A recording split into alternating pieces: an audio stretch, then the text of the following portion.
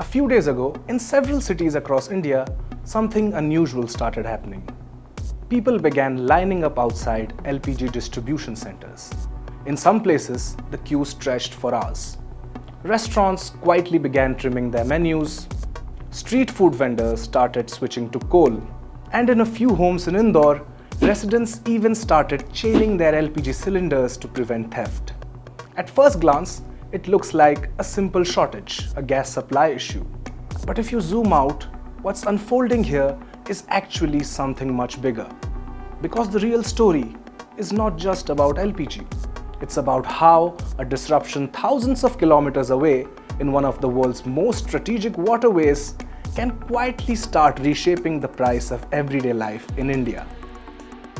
To understand this, we need to go to a narrow stretch of water between Iran and Oman, the Strait of Hormuz.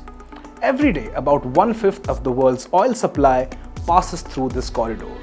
It's one of the most important energy checkpoints on the planet. And right now, this region sits at the center of a growing military confrontation involving Iran, the United States, and Israel. When tensions rise here, shipping slows down, insurance costs for tankers shoot up, routes become uncertain, and suddenly the global flow of fuel becomes fragile. For a country like India, which imports vast majority of its energy, this fragility matters a lot. Now here's where the story gets interesting. When people hear about an LPG shortage, they usually think about household cooking cylinders. But the first place where fuel disruptions are felt isn't homes, it's businesses, especially commercial kitchens.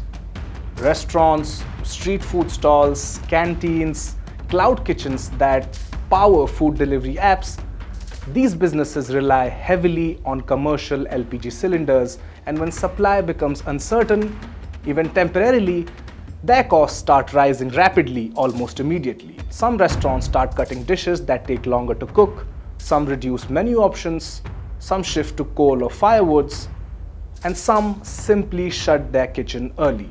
What begins as a supply disruption quietly becomes something else, an economic ripple effect. Economists have a name for this. It's called the cost push inflation. And the idea is frankly quite simple. When a key input becomes scarce or expensive, businesses have only two choices. They either absorb the cost and lose money, or they pass it forward. So if cooking gas becomes difficult to obtain, a dosa might cost a little more, a plate of noodles might cost a little more, and eventually the online food delivery order that you make might cost a little more too. Not because restaurants have suddenly become greedy, but because the entire chain that produces that meal just got more expensive. Fuel, transport, cooking time, packaging, delivery logistics, all of it just got expensive. And this is where things start spreading beyond just the restaurants. When households see uncertainty around cooking gas, behavior begins to change quite swiftly. People start conserving fuel. They cook differently. They buy different kinds of foods. Across supermarkets, across grocery stores, there are already signs of this shift that are visible. Sales of instant foods, frozen snacks, and ready-to-cook products have jumped significantly. Because when cooking fuel feels uncertain, people move towards food that require less preparation.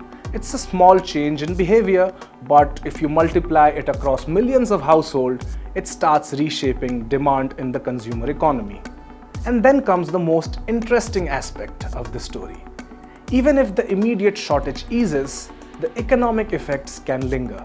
Because supply chains don't recover instantly. Shipping companies need confidence that routes are safe, insurance premiums remain elevated, energy markets may remain volatile for a longer period of time, and businesses that already raise their prices rarely rush to lower them again. And this is why inflation often behaves in a very strange way. Shortages can disappear before the prices actually do.